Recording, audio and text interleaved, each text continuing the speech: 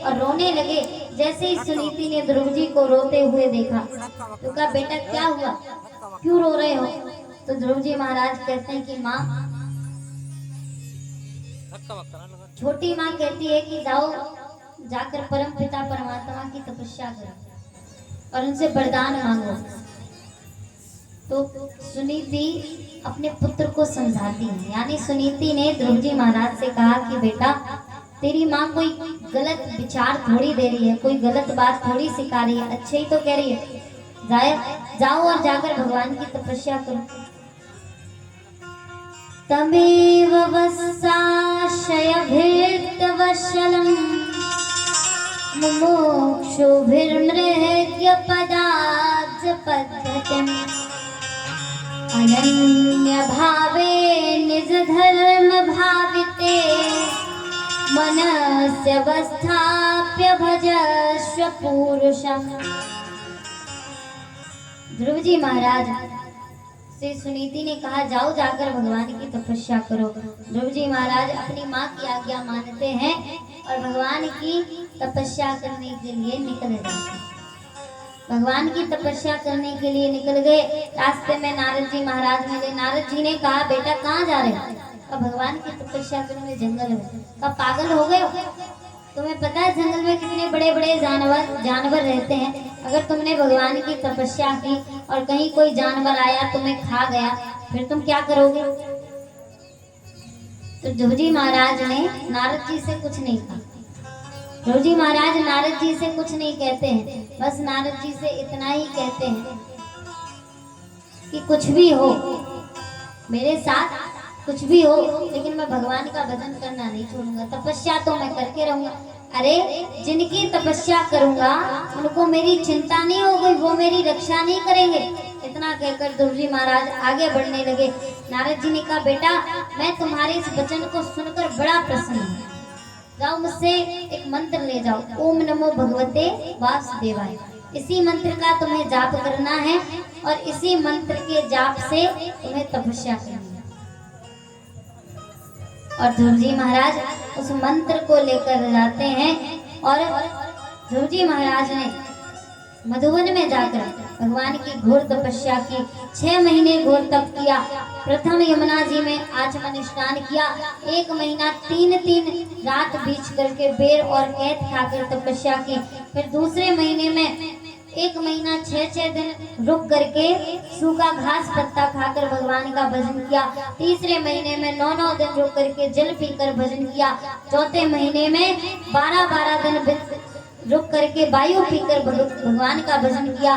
5वें और 6ठे महीने में एक पैर के बल खड़े होकर सांस जीतकर परम पिता परमात्मा की ध्रुव जी महाराज ने तपस्या की। ध्रुव जी महाराज की तपस्या को देखकर तीनों लोग कांप जाते हैं। का इतना छोटा सा 5 वर्ष का बालक इतनी घनघोर तपस्या करता है। मधुर बनक भृत्य दृक्ष आगतम।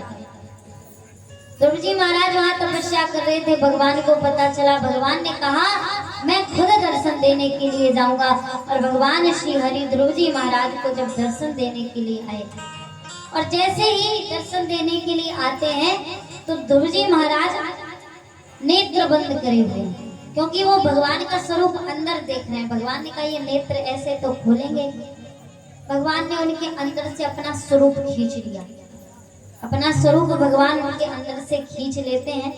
जैसे ही स्वरूप खींचा तो ध्रुव जी महाराज तुरंत बोल उठते हैं, योऽन्तः प्रविश्य मम वाचमिमां प्रसुप्तां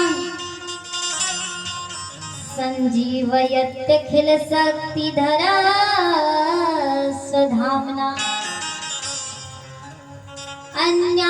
अन्यास्तहस्तचरण श्रवण त्वगादीन् प्राणान्नमो भगवते पुरुषाय तुभ्यम्।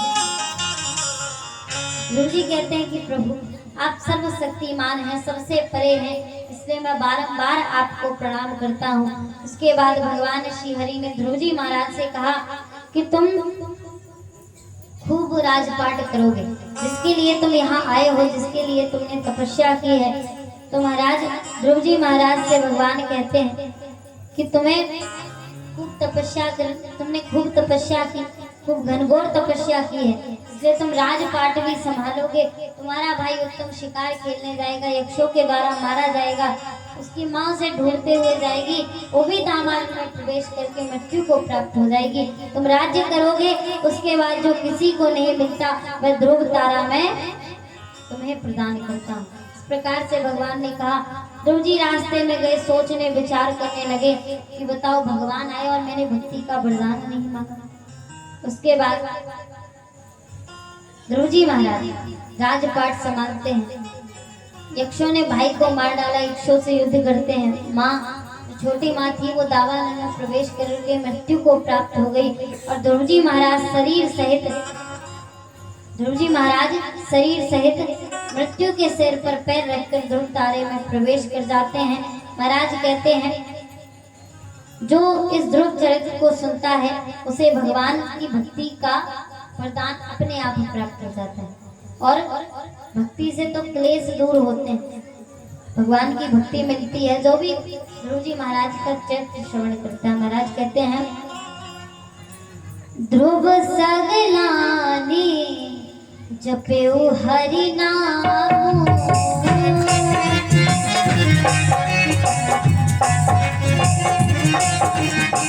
ध्रुव सगलानी जपेऊ हरि नाम,